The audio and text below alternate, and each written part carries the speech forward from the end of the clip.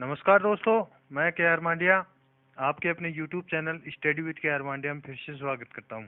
तो दोस्तों, आज हम बात करेंगे जो आर एस मुख्य परीक्षा 2018 का जो रिजल्ट आया है उसकी हम बात करेंगे। तो इस रिजल्ट में अपने को जो देखने को मिला, तो जो मेरी हेडलाइंस है वो क्या ये एक बिग स्कैम है, क्या ये एक महा घोटाला है, या इसके बारे में जो आर एस एस्पिरेंट है और जो मीडिया में खबरें आ रही हैं और ट्विटर वगैरह व्हाट्सएप और सोशल मीडिया पे जो भी खबरें आ रही हैं उनके बारे में क्या क्या चीज़ें निकल आ रही हैं और अभ्यर्थियों के क्या क्या तर्क हैं, क्या ये स्कैम है या फिर कॉपी चेकिंग में गड़बड़ हुई है, तो उस पर हम आज बात करेंगे। तो दोस्तों, इस पर बात करने से पहले मैं आपको एक चीज़ बता देना चाहता हूँ कि इस चैनल को लाने का उद्देश्य मेरा केवल ये था कि मेरे को स्टडी मटेरियल प्रोवाइड करवाना था। और आप जो मेरे पिछले वीडियो हैं उसमें आप देख सकते हो कि ऐसा कोई सस्ती लोकप्रियता या फिर वैसा कोई प्रोपेगेंडा करने का मेरा कोई उद्देश्य नहीं है। जो भी मेरे जो वीडियो हैं उनकी कंटेंट और क्वालिटी आप देख सकते हैं जो मैंने पढ़ाया इस चैनल पर। दूसरी चीज ये है दोस्तों, देखो, मेरा किसी भी कैटेगरी, चाहे जनरल, SC ST OBC या MBC या कोई भी कैंडिडेट या जो भी सिलेक्टेड कैंडिडेट हैं या RPSC के जो भी मेंबर हैं, अध्यक्ष हैं, उनसे कोई पर्सनली दुश्मनी नहीं है या मेरा ऐसा कोई वो नहीं है कि मैं उनको टारगेट कर रहा हूँ। बात केवल न्याय की है, केवल अपने हक की बात कर रहा हूँ मैं। तो दोस्तों, जो ये चल रहा है, तो आरएस रिजल्ट में जो बिग स्कैम है उसके पीछे जो आरएस एस्पिरेंट है उनके द्वारा जो तर्क दिए जा रहे हैं, उन तर्क की आज हम बात करेंगे कि क्या ये एक भ्रष्टाचार है। तो इसमें सबसे पहला तर्क जो दिया जा रहा है भ्रष्टाचार के लिए, तो वो ये है कि एक ही सीरीज के अभ्यर्थी पास हो रहे हैं बहुत सी जगह, मतलब 35 जगह बहुत से ऐसे एस्पिरेंट हैं जो एक ही सीरीज में पास हो रहे हैं। दूसरी चीज है दोस्तों, एक ही सेंटर से, मतलब कई कई कुछ सेंटर ऐसे हैं जहां से मतलब ये जो कैंडिडेट हैं वो स्पेशली उसी के सेंटर से पास हो रहे हैं। तो जो सीरीज वाले और सेंटर वाले पे कुछ लोग तर्क दे रहे हैं कि जो प्री का एग्जाम है वो जिला मुख्यालय पर होता है और 33 जगहों से मतलब 33 जिलों से जो एस्पिरेंट आते हैं वो फिर संभागीय मुख्यालय पर आ जाते हैं। आरएस मुख्य परीक्षा संभागीय मुख्यालय पर होती है, तो इसलिए वो पास आ जाते हैं। तो उन लोगों को मैं एक ही चीज पूछना चाहता हूँ, तो क्या वो लोग मतलब एक ही कमरे में आ जाते हैं?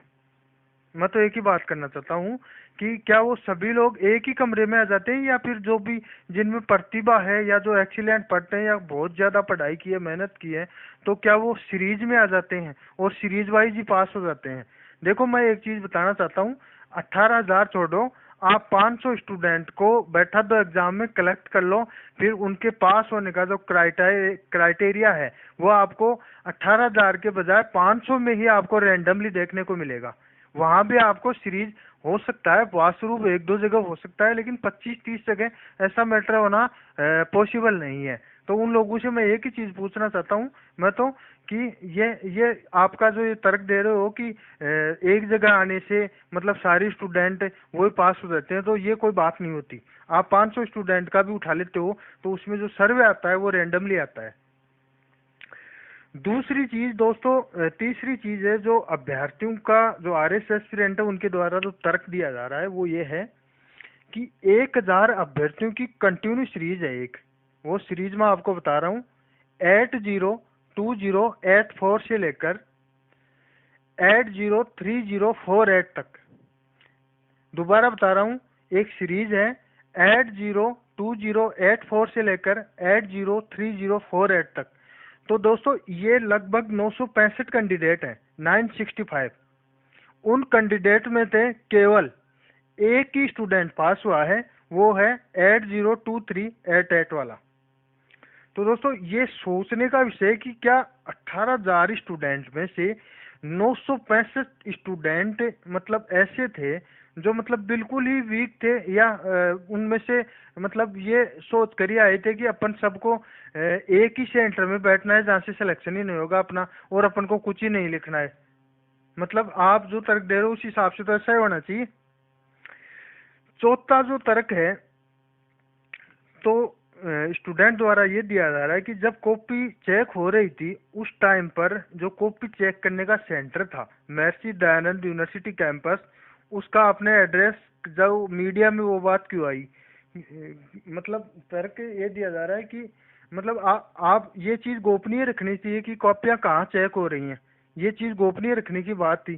कोई भी आदमी वहां तक पहुंच सकता है, और आरएस में आरएस जैसी जो प्रतिष्ठित सेवा है उसके लिए तो कोई भी वहां तक अपनी पहुंच बना सकता है। और पांचवा तर्क जो स्टूडेंट द्वारा दिया जा रहा है वो यह है, महिलाओं की जो मेरिट है, जो लेडीज की मेरिट है प्रत्येक वर्ग में, वो पुरुषों के बराबर रह रही है, तो वो कैसे है। और जो सिक्स जो तर्क है, छठा तर्क है आरएस एस्पिरेंट का, वो ये कहना है कि मेंस परीक्षा की उत्तर पुस्तिकाओं की जांच में प्रोफेसरों द्वारा गलत तरीका अपनाया गया। गलत तरीके का मतलब कुछ प्रोफेसरों ने लिबर्टी दे दी मार्किंग देने में, और कुछ जगह कॉपियां हैं वो हार्ड मार्किंग भी हुई है। और दोस्तों जो सातवां तर्क दिया जा रहा है आरएस एस्पिरेंट का जो विरोध में, वो यह है कि मुख्य परीक्षा के जो 800 नंबर है उनमें करप्शन करना आसान है। 100 नंबर में आप ज्यादा मेरिट प्रभावित नहीं कर सकते।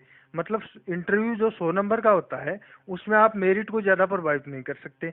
800 नंबर का जो पेपर है, 800 नंबर का जो मेंस का रिटर्न है, उसमें मेरिट को प्रभावित करना ज्यादा आसान है। अगर आपने अटेम्प्ट जो क्वेश्चन किए हैं, ओनली जो अटेम्प्ट क्वेश्चन है, उनमें अगर आप आधा आधा एक एक नंबर भी बढ़ा देते हो तो ये काफी कुछ हद तक मेरिट को बहुत ज्यादा प्रभावित कर देगा। और दोस्तों अगला जो तर्क है वो आरएस एस्पिरेंट द्वारा दिया जा रहा है, वो ये है कि अंग्रेजी माध्यम के लड़कों का जो चयन है वो आश्चर्यजनक रूप से बहुत ज्यादा अनुपात में हो रहा है। तो ये चीज कहीं ना कहीं संदिग्ध आ रही है।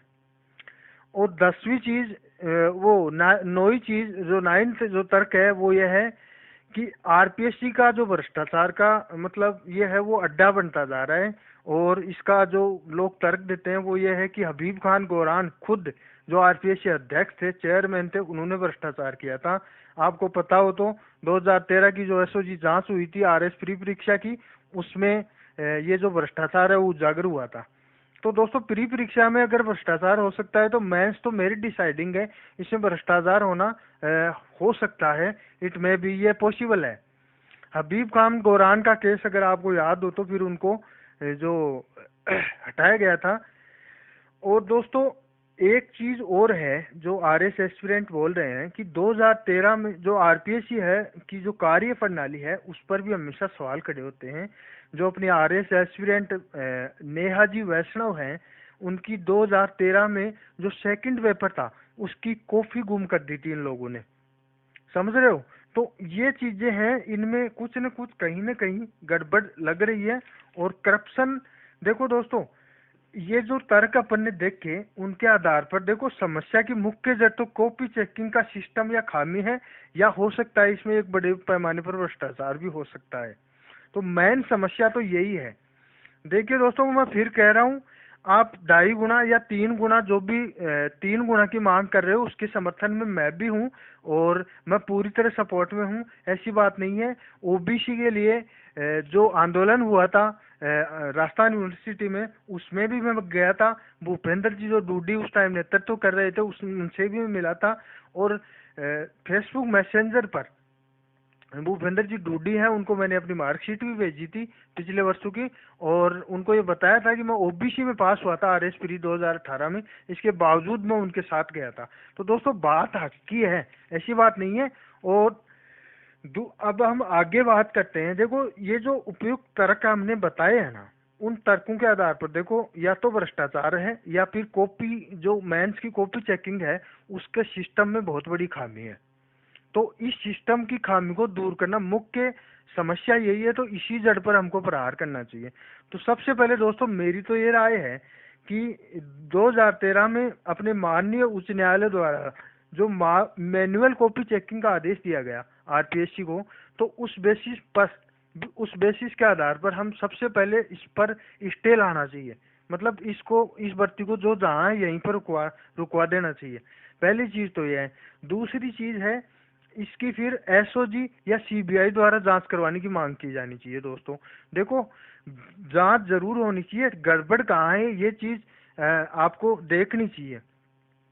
तो दोस्तों अगर जांच में मान लो भ्रष्टाचार आता है या फिर इसमें कॉपी चेकिंग में गड़बड़ है, तो उसके अकॉर्डिंग मान लो अपन को कार्रवाई की मांग करनी चाहिए अपने माननीय उच्च न्यायालय से।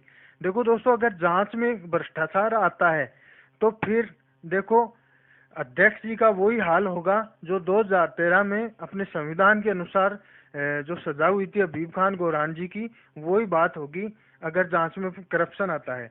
दूसरी चीज मैं ये कहता हूँ, अगर कॉपी चेकिंग में प्रॉब्लम हुई है या फिर उन प्रोफेसर जो या तो भ्रष्टाचार में लिप्त हैं या फिर अपने ज्ञान को सिद्ध करने के लिए, अपने को ज्ञानी सिद्ध करने के लिए अभ्यर्थियों के साथ जो धोखा किया है इन लोगों ने, उनको आजीवन कॉपी चेक करने पर प्रतिबंध लगाने की मांग करनी चाहिए। और इसके साथ ही जो आरपीएससी है उस पर 50 करोड़ का जुर्माना लगाने की मांग करनी चाहिए। और ये जो 50 करोड़ है इनको पर्सनली जो आरपीएससी के बोर्ड है उनके सदस्यों और इसके साथ ही जो भी प्रोफेसर है उनके वेतन से पर्सनली काटा जाना चाहिए, ताकि ये सबक इनको सबको याद रहे और आने वाले जो भी मतलब प्रोफेसर या जो आरपीएससी मेंबर हैं उनको ये चीज ध्यान में रहे कि अगर हमने कुछ गड़बड़ की या लापरवाही की या करप्शन किया तो इस चीज में हमारे साथ भी ये हो सकता है। ये मतलब उनके पर्सनली वेतन से काटा जाना चाहिए, ये जो 50 करोड़ रुपए की हम मांग करें हाई कोर्ट से। दूसरी चीज दोस्तों, जो भ्रष्टाचार में जो भी अभ्यर्थी शामिल है उनको आजीवन जो कंपटीशन है उनको प्रतिबंध लगा देना चाहिए। अब देखो दोस्तों, आगे अगर कॉपी दोबारा चेक करवाई जाए मान लो, तो इसमें देखो जुडिशियल कस्टडी में कॉपी चेक करने की मांग होनी चाहिए, न्यायालय के अधीन होना चाहिए। जो आरपीएससी के जो भी मेंबर हैं उनको इस चीज से दूर रखा जाना चाहिए। और प्रोफेसरों के जो चयन है कॉपी चेक करने वाले प्रोफेसर का, वो मतलब हाईकोर्ट के निर्देशन में होना चाहिए या तो कोई कमेटी की मांग करनी चाहिए अपने को। दूसरी चीज दोस्तों ये है, इसमें जो अभ्यर्थी हैं वो 3 गुना जरूर पास होने चाहिए। ये बिल्कुल तानाशाही नियम है आरपीएससी का। मतलब जो भी हम देख रहे हैं यूपीएससी का पैटर्न देख रहे हैं, जो भी स्टेट पीसीएस हैं वो भी 3 गुना पास कर रहे हैं, यूपीएससी में 3 गुना पास कर रहे हैं। आरपीएससी ने खुद पहले 3 गुना बुलाया है और 2012 तक, उसके बाद में 2013 और 2016 में इन्होंने 2.5 गुना बुलाया है। तो ये चीज है, ये इनजस्टिस हो रहा है, तो इसके खिलाफ भी हमको आवाज बिल्कुल उठानी चाहिए। और लास्ट में दोस्तों मैं एक ही चीज कहना चाहता हूँ, देखो मैं जो भी आप कहोगे इस चैनल के माध्यम से आपकी आवाज को उठाने को, अपनी आवाज को रखने को तैयार हूँ। और आप न भी सहमत हो मेरे चैनल से तो भी मेरे कोई नाराजगी नहीं है, मैं अपनी आवाज रखूंगा और जरूर रखूंगा।